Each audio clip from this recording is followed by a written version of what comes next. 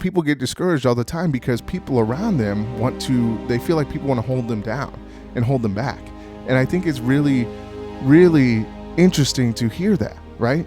And it's scary to think that, because a lot of the times, a lot of people, the narrative is really, either controlled by you or controlled by somebody else, right?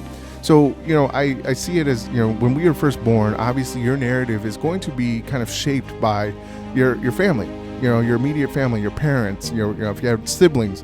These people are going to kind of control your narrative, for your developmental years, right? That's what they're going to do.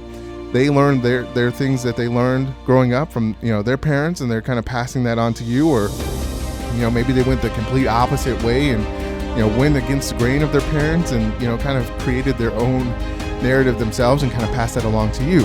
And I think that's where most people get stuck, right? When people talk about being stuck or in a rut, you've got to be able to look at the narrative of what you have within yourself, right? What is your story? What is your narrative?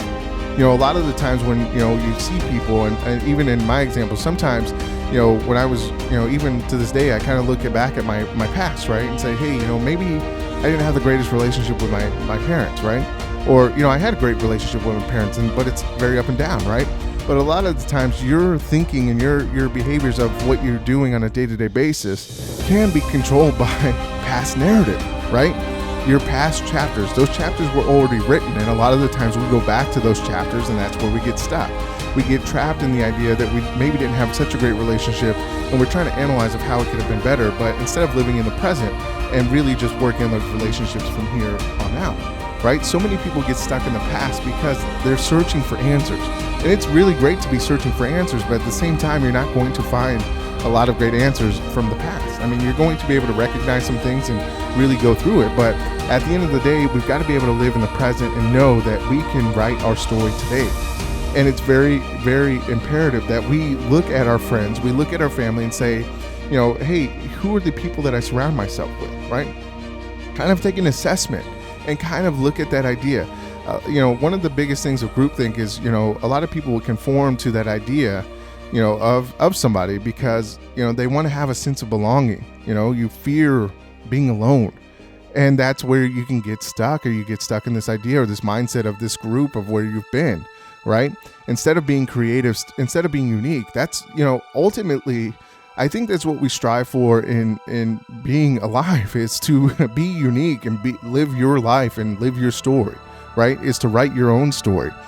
But we get so caught up in other people's story, or, sometimes we're told a story by family and friends and we believe it. And then we have to kind of dig and research, and then, hey, maybe we find out that that's not true, right? So you've got to be able to control your narrative, control what's around you, because at the end of the day, if you're not controlling your narrative, you're not controlling your story, guess what? Somebody else is writing it for you. And that can in itself be very scary.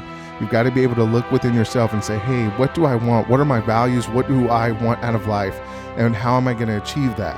A lot of the times in the narrative or previous narrative, or, if you're like me, a lot of the times you would beat yourself up all over and over and over again and say, you know what? I can't do this because, nobody in my circle has been able to do this, right? At the end of the day, you can learn to do anything and push forward with anything. And you've got to be able to push outside of that comfort zone, right? It's kind of, that sense of belonging and fear of being alone, it is scary. And a lot of the times when you're stuck in your comfort zone, you're going to just stay there and you're going to be miserable because you're not moving forward, you're not progressing. And ultimately, as humans, that's what our goal is to be here, is to progress and get better. And if you're not doing that, that's where you really start to get really uncomfortable. And you've got to be able to say, hey, you know what? I can move outside of this comfort zone. I can move outside of this group. And no matter what anybody in this group tells me, right? Hey, this has worked in the past. You've got to be able to challenge the other thoughts of people within your group. And sometimes it takes one person that's going to disrupt that thought pattern, right? And you become the leader and you set that example and make a difference in your life. And then other people will start to move up and gradually get better too.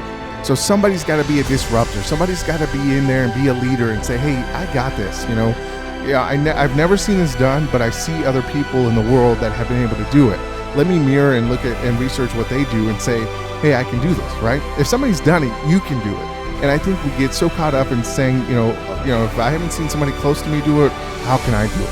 And you start to discourage yourself from being unique and being creative You've got to be able to be a solution provider instead of a problem, looking for problems, right? A lot of people are easily looking for problems because they want to be able to just say, oh, well, hey, I tried, but, I just couldn't do it because of all these problems, A, B, C, everybody can list all these excuses and all these problems. But at the end of the day, your narrative is going to be created by you. To not allow other people to get in your mind, even yourself. When you start to hear yourself talking about all the negative things, there's times where I will literally sit down and go to create a podcast episode and I say, hey, this is crazy. It doesn't make any sense. And, I have to say, hey, you know what? Let me speak on it. Let me talk about it. Let me put it together on the whiteboard and see if it makes sense. And if it doesn't make sense or it doesn't reach everybody, okay, it's great. It doesn't matter. As long as it reached somebody and made a difference, that's what matters. It's the same thing with your narrative and your story. You're in full control. You've got to be able to say, hey, I got this, right? If you want to go out there and start a business, go out there and do it. Start taking the steps to move forward in that, right? Start moving. And, no matter what, because that was one of the things I always said is, I don't have the knowledge, right? I've had some college experience. I don't have a college degree.